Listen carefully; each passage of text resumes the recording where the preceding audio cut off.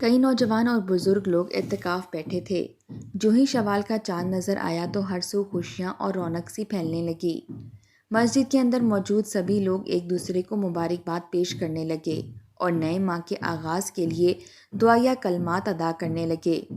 رمضان المبارک کا سارا ماہ خیر و عافیت سے گزر چکا تھا۔ مولوی صاحب بھی قالین پر بیٹھے ہاتھ میں تسبیح پر کچھ ورد کرتے مسکرائے تھے۔ ان کی آنکھوں میں آنسو تھے، مگر اب ساتھ ہی ساتھ انہیں خوشی بھی محسوس ہونے لگی تھی کہ اب محلے دار انہیں کچھ پیسے بطور ہدیہ دیں گے۔ ان کا دھیان بار بار اپنی بیوی اور بچیوں کی جانب جا رہا تھا، جو اسی انتظار میں بیٹھی تھیں کہ کب ان کے ابو پیسے لے کر گھر آئیں اور اماں راتوں رات انہیں عید کے لیے جوڑے لا کر دیں۔ لوگ آتے اور مولوی صاحب سے مصافحہ کر کے چاند رات کی مبارکباد دے رہے تھے۔ مولوی صاحب ہر ایک کو دعا دیتے، ایک امید سے ان کی جانب دیکھتے۔ دل میں کئی خیالات گردش کر رہے تھے۔ اتنے پیسے تو بن جائیں کہ وہ کل صبح کے لیے تھوڑا گوشت بھی خرید لیں۔ انہیں یاد تھا کہ پچھلی عید پر ان کے ہاں گوشت پکا تھا۔ ان کی پانچوں بیٹیوں کو عید سے زیادہ اس بات پر خوشی ہوتی تھی کہ آج ان کے ہاں گوشت پکے گا، اور کتنے ہی عرصے بعد وہ سوکھی روٹی کو پانی میں ڈبو کر کھانے کی بجائے سالن کے ساتھ کھائیں گی۔ مولوی صاحب انہی سوچوں میں گم تھے کہ دو مرد ان کے قریب آئے اور ہاتھ ملانے کے بعد ان میں سے ایک نے مولوی صاحب کے ہاتھ پر پیسے رکھے۔ اس پل ان کی خوشی کا کوئی ٹھکانہ نہیں رہا تھا۔ وہ تو شاید اسی پل کے انتظار میں بیٹھے بے چین ہو رہے تھے، مگر جب ان کی نظر اپنی ہتھیلی پر گئی تو وہ ششدر سے رہ گئے۔ اسی پل ایک اور شخص نے مولوی صاحب کے ہاتھ پر پیسے رکھے تھے۔ پھر یکے بعد دیگرے کئی لوگوں نے مولوی صاحب کے ہاتھ پر پیسے رکھے۔ مولوی صاحب بامشکل مسکرا کر ان کا شکریہ ادا کرتے رہ گئے۔ ایک لمحے میں ہی ان کی ساری خوشی سمٹ کر سنجیدگی میں بدل گئی تھی۔ ان کا چہرہ سفید پڑ چکا تھا۔ وہ اپنی سفید داڑھی پر ہاتھ پھیرتے رہ گئے۔ کسی شخص نے 10 روپے ان کے ہاتھ پر رکھے تھے تو کسی نے 50 روپے ان کی ہتھیلی پر رکھ کر گویا احسان کیا تھا۔ جن کی زیادہ بساط تھی اس نے 100 روپے دے دیے تھے، مگر مولوی صاحب کا حلق کانٹوں سے بھر چکا تھا جب انہوں نے نظر اٹھا کر سامنے دیکھا۔ سارے ہی نمازی اور روزے دار اعتکاف بیٹھے لوگ اپنے پیاروں کے ساتھ ہنسی خوشی مسجد کی دہلیز پار کرتے ہوئے وہاں سے باہر نکل رہے تھے۔ مولوی صاحب نے جھٹ سے دائیں بائیں نظر پھیری۔ مسجد تو خالی ہو چکی تھی سوائے 2 لوگوں کے، اور کوئی بھی موجود نہیں تھا۔ ان کا دل بری طرح سے ٹوٹا تھا۔ کچھ دیر پہلے جو ان کی آنکھوں میں خوشی کے آنسو آئے تھے، اب وہیں درد اور کرب سے آنسو بہہ نکلے تھے۔ مولوی صاحب بہت صابر شخص تھے، مگر آج نہ جانے کیوں وہ اس قدر ٹوٹ گئے کہ آنکھوں کے آگے بازو رکھ کر بے آواز رونے لگے۔ ایک مسجد ہی تو تھی وہ جگہ جہاں سجدے میں گر کر جتنا چاہے خدا کی بارگاہ میں رو لیا جائے، کوئی نہیں پوچھتا تھا۔ مولوی صاحب کو اس پل اپنی 5 بیٹیاں یاد آئی تھیں، جو اپنے باپ کا راستہ دیکھ رہی تھیں۔ پورا مہینہ وہ ان سے یہی کہتے رہے کہ چاند رات آئے گی تو ان کی ہر خواہش کو پورا کروں گا۔ بس چاند رات آ جائے بیٹیوں، جیسے ہی لوگ پیسے دیں گے تم لوگ جا کر نئے کپڑے لے آنا۔ اسی پل ان کے دماغ میں منجلی بیٹی کی آواز گونجی تھی، جو سوکھی روٹی کو توڑ مڑوڑ کر منہ میں ڈالتے ہوئے ایک آس سے بولی تھی کہ صرف کپڑے ہی نہیں، مجھے تو اس عید پر گوشت بھی کھانا ہے۔ کتنا عرصہ ہو گیا گوشت کی شکل بھی نہیں دیکھی۔ روزانہ بیٹیوں کے کئی سوالات اور ان پر خاموش مولوی صاحب کا آج صبر کا پیمانہ لبریز ہو چکا تھا۔ وہ خدا کے حضور سجدے میں گر کر رو پڑے تھے۔ ان کے ہاتھ میں تو اتنے پیسے بھی موجود نہیں تھے کہ گوشت ہی خرید سکتے۔ رات ہو چکی تھی اور آج وہ وقت سے زیادہ ہی دیر لگا چکے تھے۔ وہیں دوسری جانب ان کی بیوی اور بیٹیاں ان کا انتظار کر رہی تھیں۔ آج تو چاند رات تھی، ہر سو کافی چہل پہل تھی۔ محلے کے گھروں سے کھانے اور مہندی کی خوشبوئیں ان تک آ رہی تھیں، مگر وہ کیسے کچھ لے سکتے تھے؟ ان کے پاس تو پیسے ہی نہیں تھے۔ کتنی ہی دیر مولوی صاحب خود میں ہمت جمع کرتے رہے تاکہ کسی طرح گھر جا کر بیوی بچیوں کو بتا سکیں، مگر آج تو ان کی ہمت ہی جواب دے چکی تھی۔ وہ اپنی بچیوں کو ٹوٹتا ہوا نہیں دیکھ سکتے تھے۔ پچھلے 1 ماہ سے وہ روز اپنی بچیوں کو جھوٹی امید بندھا رہے تھے، اور آج جب اس امید کی تکمیل کا وقت آ گیا تو لوگوں نے جیب سے یوں 10 اور 50 روپے نکال کر مولوی صاحب کے ہاتھ پر رکھے، گویا وہ روز ان کے در سے مانگ کر کھایا کرتے تھے۔ ان کا دل اس پل شدید تکلیف سے دوچار تھا۔ انہوں نے ہمت اکٹھی کی اور وہ پھٹے پرانے نوٹوں کو اپنی جیب میں ڈال دیا اور جانے سے پہلے ایک دفعہ آسمان کی جانب دیکھ کر یہ ضرور کہا تھا کہ میرے مالک میری عزت رکھ لینا، میری بچیاں بڑی آس لگائے بیٹھی ہیں، ان کی آس ٹوٹنے مت دینا۔ اتنا کہہ کر مولوی صاحب مسجد سے باہر نکل آئے۔ بار بار ان کی نظر اپنے ہاتھوں کی جانب جا رہی تھی جہاں چند پیسے ان کا منہ چڑھا رہے تھے۔ ان پیسوں سے تو ایک بیٹی کا سوٹ آنا بھی مشکل تھا، بھلا 5 کا سامان کہاں سے آتا؟ وہ انہی سوچوں میں گم گھر کی جانب بڑھ رہے تھے۔ فاصلہ اتنا زیادہ نہیں تھا مگر آج وہ جان بوجھ کر آہستہ چل رہے تھے۔ بس یہی سوچ تھی کہ ان کے جانے سے پہلے ہی ان کی بیٹیاں سو چکی ہوں، کم از کم انہیں ان سے نظر تو نہیں ملانا پڑے گی۔ کیسا باپ تھا، جہاں ہر سو چاند رات کی خوشیاں تھیں، وہاں مولوی صاحب جیسے کئی لوگ یوں ہی پریشان حال سڑکوں پر اور گلیوں میں گھوم رہے تھے۔ وہ ابھی بھی معاف دماغ کے ساتھ چند دن پہلے کا منظر سوچنے لگے۔ ان کے کرب میں مزید اضافہ ہوتا چلا گیا جب انہیں کچھ روز پہلے کا منظر یاد آیا، جب ان کا گزر ایک مارکیٹ سے ہوا تھا۔ آس پاس کافی لوگوں کا رش لگا تھا، پھل فروشوں کی مانگیں آسمان سے باتیں کر رہی تھیں۔ مولوی صاحب ایک نظر پھلوں پر ڈالتے اور پھر ان پر لگتی قیمتوں کی ہانک سنتے جو ان کی پہنچ سے اوپر تک کی تھیں۔ پھر بے ساختہ ان کا ہاتھ اپنی جیب پر جاتا جس میں اس وقت صرف 50 روپے موجود تھے۔ بھلا 50 روپے میں کون پھل دے گا؟ وہ یہی سوچ کر ایک پھل فروش کے قریب آئے۔ اس کے ٹھیلے کے پاس ایک بڑا سا تھیلا پڑا تھا۔ مولوی صاحب نے جب اس میں جھانک کر دیکھا تو باسی گلے سڑے پھل اس میں رکھے ہوئے تھے۔ یقیناً ان کی قیمت بھی بہت کم ہوگی اور شاید وہ دکاندار دے بھی دیتا، مگر اس سے پہلے کہ مولوی صاحب سوال کرتے انہیں بے ساختہ اپنا مقام یاد آیا۔ وہ تو مسجد کے مولوی تھے، پورا علاقہ انہیں عزت کی نگاہ سے دیکھتا تھا۔ بھلا جب وہ پھل فروش سے خراب پھل لے کر چلے گئے تو لوگ انہیں دیکھ کر کیا کہیں گے؟ یہی سوچ کر انہوں نے یہ ارادہ ترک کر دیا، مگر پھر بامشکل خود کو منانے کے بعد وہ دوبارہ اس سے سوال کرتے۔ اس سے پہلے ہی ایک راہ چلتی بلی اس تھیلے میں منہ ڈال کر اپنا من پسند پھل نکالنے کے بعد وہاں سے چلی گئی۔ مولوی صاحب خود کی سوچ پر ہی ایک سانس خارج کر کے ہنسے اور اس پھلوں کی مارکیٹ کو نظر انداز کر کے گھر کی جانب جانے لگے۔ انہیں ایک دھڑکا سا لگا تھا، نہ جانے آج پھر انہیں کن نظروں کا سامنا کرنا پڑے گا۔ دن بدن بڑھتی مہنگائی اور اس میں بچوں کی خواہشات کو پورا کرنا بہت مشکل ہو چکا تھا، خاص کر مولوی صاحب جیسے سفید پوش لوگوں کے لیے جو اپنی جھجک کی وجہ سے کسی کے آگے ہاتھ پھیلا کر ادھار تک مانگنے سے کترایا کرتے تھے۔ ایک چھوٹی سی تھیلی میں ٹماٹر، مرچ اور دھنیا لیے وہ گھر کی جانب آ رہے تھے۔ کل بھی ان کی بچیوں نے سوکھی روٹی پانی میں ڈبو کر کھائی تھی، آج وہ ان چیزوں سے تھوڑی چٹنی بنا لیں گی تو افطاری کا مزہ دوبالا ہو جائے گا۔ مولوی صاحب یہی سوچ کر مسکرانے لگے، کہیں نہ کہیں یہ بس خود کو ہی تسلی دینے جیسا تھا۔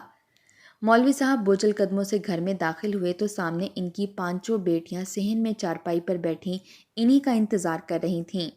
پرانے بسیدہ کپڑے، عام سی شکل و صورت کی 5 بہنیں سروں پر سلیقے سے دوپٹہ کیے اپنے ابو کے آنے کا انتظار کر رہی تھیں۔ جو ہی مولوی صاحب گھر میں داخل ہوئے تو 5 کے چہرے پر مسکراہٹ پھیل گئی۔ ابو کے ہاتھ میں تھیلی دیکھ کر سب سے چھوٹی بیٹی نمرہ بولی، لگتا ہے کہ آج ابو ہمارے لیے کچھ خاص چیز لائے ہیں، قسم سے بہت عرصہ ہو گیا ہے کوئی چٹپٹی چیز کھائے ہوئے۔ اتنا کہہ کر اس نے جب تھیلی کا منہ کھول کر دیکھا تو اندر چند ٹماٹر اور مرچ دیکھ کر اس کا چہرہ اتر گیا۔ وہیں مولوی صاحب اپنی جگہ شرمندہ سے ہو کر رہ چکے تھے، بھلا بیٹی کو کیا جواب دیتے؟ بیٹی کا اترا چہرہ اور ختم ہوتی امید دیکھ کر مولوی صاحب کا دل کٹ سا گیا تھا۔ وہ خاموشی سے تھیلی کو بیوی کے ہاتھ میں تھماتے ہوئے بولے کہ لو بیگم، آج چٹنی بنا لو، بہت دن ہوئے میری بچیاں سوکھی روٹی سے ہی گزارا کر رہی ہیں۔ مولوی صاحب کی بیوی نے خاموشی سے وہ تھیلی لے کر رکھ دی۔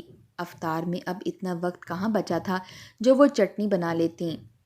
افطار کا وقت ہو چکا تھا مگر مولوی صاحب سر جھکائے گویا شرمندہ سے دسترخوان پر بیٹھے تھے۔ سامنے جگ میں سادہ پانی اور سوکھی روٹی رکھی گئی تھی، بس یہی تو ان کی افطاری تھی جو وہ کرتے آ رہے تھے۔ وہ نظریں اٹھا کر دیکھنے سے بالکل گریز کر رہے تھے۔ ان کے سامنے قطار میں ان کی 5 بیٹیاں بیٹھیں آج پھر حسرت سے دسترخوان کو دیکھ رہی تھیں۔ بھوکھا پیٹ کئی قسم کے پکوان کھانے کی خواہش کرتا تھا، مگر ان کے نصیب میں تو بس یہ خراب آٹے کی سوکھی روٹی ہی تھی جسے کھا کر منہ بھی کڑوا ہو جایا کرتا تھا۔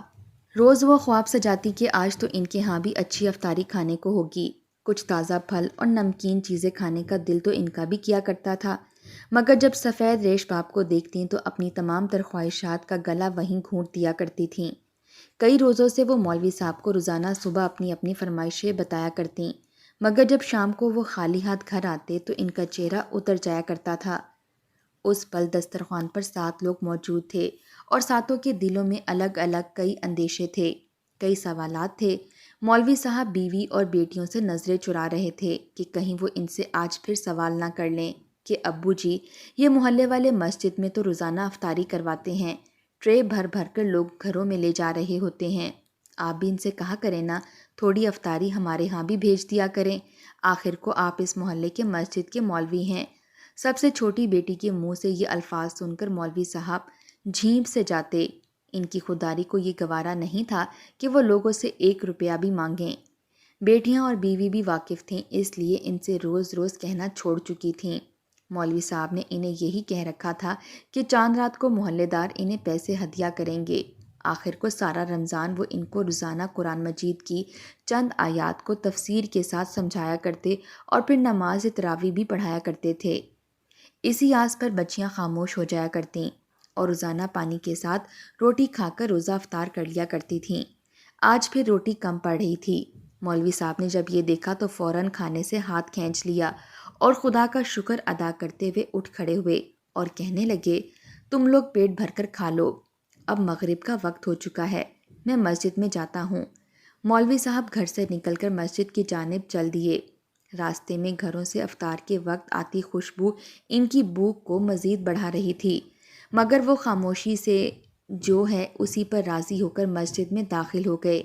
انہیں امید تھی کہ چاند رات کو محلے والے انہیں اتنے پیسے ضرور دیں گے کہ وہ اپنی بیٹیوں کو مہنگے نہ سہی مگر نئے کپڑے دلا کر دے سکیں گے۔ وہ مسجد میں داخل ہوئے تو کئی لوگ ان کے احترام میں کھڑے ہو گئے اور ان کے لیے راستہ چھوڑنے لگے۔ اس میں کوئی شک نہیں تھا کہ پورا محلہ ہی مولوی صاحب کی بہت عزت کیا کرتا تھا، مگر آج تک کسی نے خوشی سے مولوی صاحب کو پیسے بطور ہدیہ نہیں دیے تھے۔ انہوں نے تمام نمازیوں کو واجب نمازوں کے ساتھ ساتھ نماز تراویح پڑھائی اور پھر رات کو گھر میں داخل ہو گئے۔ یہی رمضان میں ان کا معمول ہوا کرتا تھا۔ جب گھر میں داخل ہوئے تو ان کی بیٹیاں سو چکی تھیں، مگر بیوی ابھی تک صحن میں بیٹھی ان کا انتظار کر رہی تھی۔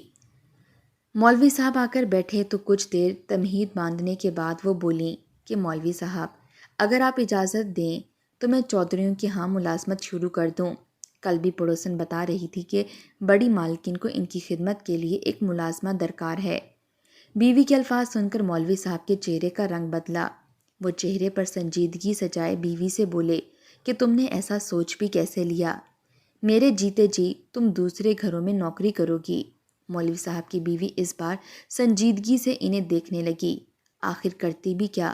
ایک تو 5 بیٹیوں کی ذمہ داری سر پر تھی، 5 جوان تھیں، کل کو انہیں لے کر 100 خرچے پورے کرنا تھے۔ ایسے میں مولوی صاحب محلے داروں کے بھروسے بیٹھ کر اس امید سے وقت گزارتے کہ لوگ ہدیہ دیں گے تو بیٹیوں کی خواہشات پوری ہو جائیں گی۔ مولوی صاحب نے اپنی بیوی کو فوراً منع کر دیا اور یہی بولے کہ محلے کے لوگ چاند رات کو پیسے دیں گے تو جا کر بچیوں کی خاطر کچھ سامان لے آنا۔ ان کی بیٹیوں کی ہر خواہش کے آخر میں وہ یہی کہا کرتے تھے کہ محلے کے لوگ جب بھی پیسے دیں گے تو تم لوگوں کے لیے اچھا کھانا اور کپڑے لے آؤں گا۔ مگر آج صبر کا پھل یہ ملا تھا، چند پھٹے بوسیدہ 10 اور 50 کے نوٹ جن سے وہ گوشت تک نہیں خرید سکتے تھے۔ مولوی صاحب بوجھل قدموں کے ساتھ گھر کے باہر جا کر کھڑے ہو گئے۔ ان میں ہمت نہیں ہو رہی تھی کہ آج پھر ہمیشہ کی طرح وہ خالی ہاتھ گھر کے اندر داخل ہوتے۔ وہ یہ بھی جانتے تھے کہ ان کی بیوی اور بیٹیاں ان کی راہ دیکھ رہی ہوں گی، مگر اب وہ بھی بے بس تھے، کیا کر سکتے تھے؟ جو سچ تھا وہی تسلیم کرنا تھا۔ اب وہ اس دنیا میں واحد تو نہیں تھے جن پر یہ گھڑی گزر رہی تھی۔ انہوں نے گھر کے اندر پہلا قدم رکھا۔ پورا گھر تاریکی میں ڈوبا ہوا تھا، سوائے ایک لالٹین کے، اور کوئی روشنی موجود نہیں تھی۔ ابو کے قدموں کی آہٹ سن کر 5 بیٹیاں ایک امید سے کمرے سے باہر نکلیں۔ باہر آئیں تو سامنے ان کا باپ یوں ہی کھڑا تھا، ہمیشہ کی طرح خالی ہاتھ، سر جھکائے۔ کئی سوالات زبان پر تھے، مگر باپ کو خالی ہاتھ دیکھ کر ان کے تمام تر سوالات کہیں اندر ہی دم توڑ گئے۔ کچھ دیر پہلے وہ بے چینی سے اپنے ابو کا انتظار کر رہی تھیں۔ آج ابو کو پیسے ملتے ہی وہ نئے کپڑے خریدنے جانے والی تھیں۔ چھوٹی بیٹی کو تو مہندی اور چوڑیوں کا بےحد شوق تھا۔ وہ بار بار اپنے خالی ہاتھوں کو دیکھتی اور پھر وقت کو۔ نہ جانے کب اس کے ابو آئیں گے اور پھر وہ ان کے ساتھ بازار سے مہندی اور چوڑیاں خریدنے جائے گی۔ مگر اب جب ایک بار پھر مولوی صاحب ان کے سامنے سر جھکائے آ کر کھڑے ہو گئے تو وہ اس کا مطلب سمجھ گئیں۔ ایک بار پھر ان کے ارمان ٹوٹ چکے تھے۔ وہ پانچوں ایک ٹھنڈی سانس خارج کر کے کمرے میں چلی گئیں۔ مولوی صاحب یہ منظر دیکھ کر تڑپ کر رہ گئے تھے۔ یہی لمحہ تو اذیت ناک تھا، ان کی بیٹیاں خاموش ہو چکی تھیں۔ تبھی مولوی صاحب کی بیوی باہر آئی اور پوچھنے لگی کہ لوگوں نے پیسے نہیں دیے۔ بیوی کا سوال سن کر مولوی صاحب نے لرزتے ہوئے ہاتھوں سے وہ پیسے سامنے کر دیے جو لوگوں نے انہیں دیے تھے۔ ان کی بیوی نے حیرانگی سے ان پیسوں کو دیکھا اور پھر ایک ٹھنڈی سانس خارج کر کے رہ گئی۔ مولوی صاحب کی آنکھوں میں آنسو آئے تھے۔ ان کی بیٹیاں شاید ان سے ناراض ہو چکی تھیں یا پھر ایک بار پھر خواہشات کو دفن کر کے یہ سوچ چکی تھیں کہ وہ کبھی بھی باقیوں کی طرح عید پر نئے کپڑے پہن کر عید کو ہنسی خوشی نہیں گزار سکتیں۔ مولوی صاحب دھیرے دھیرے چلتے صحن میں رکھی ہوئی چارپائی پر آ کر لیٹ گئے۔ آج ان کا کمرے میں جانے کا دل نہیں تھا۔ صبح عید تھی اور ان کی بیٹیاں کیا کل بھی ویسا ہی دن گزاریں گی جیسے باقیوں کی بیٹیاں گزارتی ہیں؟ کیا تھا جو لوگ ذرا زیادہ پیسے دے دیتے؟ کم از کم کھانے کے لیے وہ گوشت تو خرید کر لا سکتے تھے۔ نیند ان کی آنکھوں سے کوسوں دور تھی۔ وہ یوں ہی لیٹ کر بے آواز روتے رہے۔ وہیں کمرے میں ان کی پانچوں بیٹیاں آنکھیں موندے سونے کی اداکاری کرتے ہوئے، کئی گلے شکوے دل میں رکھتے ہوئے اپنے باپ سے خیالوں ہی خیالوں میں سوال پوچھ رہی تھیں۔ مہندی، چوڑیاں، نئے کپڑے اور گوشت کا خواب جیسے خواب ہی بن کر رہ چکا تھا۔ دل پر پتھر رکھ کر اسی میں اپنی بہتری سمجھتے ہوئے وہ پانچوں بہنیں سو گئیں۔ صبح عید کا دن تھا، ہر سو رونق اور بچوں کی آوازیں آ رہی تھیں۔ خوب پکوان بنائے جا رہے تھے جن کی خوشبو ان کے گھر تک آ رہی تھی۔ تبھی مولوی صاحب کی بڑی بیٹی اٹھی اور کمرے سے باہر نکل آئی۔ سامنے جو منظر اسے دکھائی دیا وہ دیکھ کر ایک پل کے لیے وہ ششدر سی رہ گئی۔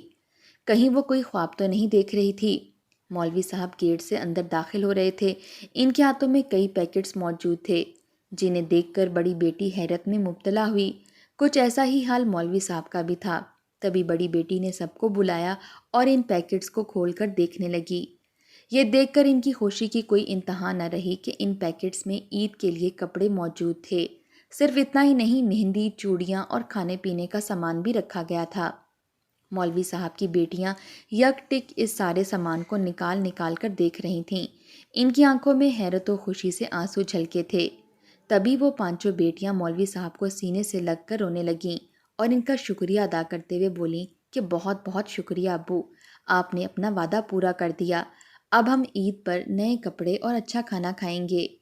مولوی صاحب بچیوں کو خوشی و خرم دیکھ کر خوش ہو چکے تھے، مگر ایک بات جو انہیں اب تک کھٹک رہی تھی وہ یہ تھی کہ اتنی صبح صبح ان کے گھر کے دروازے پر یہ سامان رکھا کس نے تھا؟ مولوی صاحب کو یہ سارا سامان صبح گھر کے گیٹ پر رکھا ملا تھا۔ وہ جو ہی لے کر پلٹے تو ان کی بیوی بچیوں کو یہ لگا کہ وہی ان کے لیے سامان لے کر آئے ہیں، مگر حقیقت تو کچھ اور ہی تھی۔ بیوی بچیوں کو چھوڑ کر مولوی صاحب گھر سے باہر نکلے اور آس پاس دیکھنے لگے۔ آخر کسے معلوم تھا کہ مولوی صاحب کو یہ تمام تر چیزوں کی ضرورت تھی؟ یہ تو خدا کی جانب سے بھیجی ہوئی امداد تھی۔ جیسا تھا کہ ان کا بھرم ان کی بیٹیوں کے سامنے قائم رہ چکا تھا۔ وہ عید کی نماز کی خاطر مسجد میں تشریف لے گئے۔ آخر میں وہ دعا مانگتے ہوئے خوب روئے اور ڈھیر ساری دعائیں اس شخص کے لیے کیں جو ایسے حیرت زدہ انگیز طریقے سے راتوں رات ان کی مدد کر گیا تھا۔ مولوی صاحب کے چہرے پر مسکراہٹ پھیلی تھی، مگر وہ ابھی بھی یہ سمجھ نہیں پائے تھے کہ آخر کون جانتا تھا کہ انہیں ان اشیاء کی ضرورت تھی۔ عید کا دن تھا، ان کی بیٹیاں نئے کپڑے زیب تن کر کے خوش تھیں۔ آج تو کھانے میں بھی گوشت بنا تھا۔ چھوٹی بیٹی رنگ برنگی چوڑیاں پہن کر مہندی لگا رہی تھی۔ مولوی صاحب اور ان کی بیوی کے منہ سے اس شخص کے لیے مسلسل دعا ہی نکل رہی تھی۔ وہیں دوسری جانب اپنے گھر میں اپنوں کے ساتھ ایک 25-26 سالہ لڑکا پرسکون سا بیٹھا اپنی ماں بہنوں کے ساتھ کھانا کھا رہا تھا۔ وہ پرسکون تھا۔ کل رات یعنی چاند رات میں وہ اس خالی مسجد میں مولوی صاحب سے ذرا دور کھڑا ان کی سرگوشیاں سن چکا تھا۔ اس کا دل اس بات پر کٹ کر رہ گیا تھا کیسے کیسے مجبور لوگ موجود تھے دنیا میں۔ اسی پل اس نے مولوی صاحب کا پیچھا کر کے ان کے گھر کی نشاندہی کی اور پھر فوراً ان کی ضرورت کا سامان لے جا کر خاموشی سے گیٹ پر رکھ دیا۔ مولوی صاحب نہیں جانتے تھے یہ خدا کے کس نیک بندے نے مدد کی ہے، مگر بیٹیوں کے سامنے ان کا بھرم قائم رہ گیا تھا۔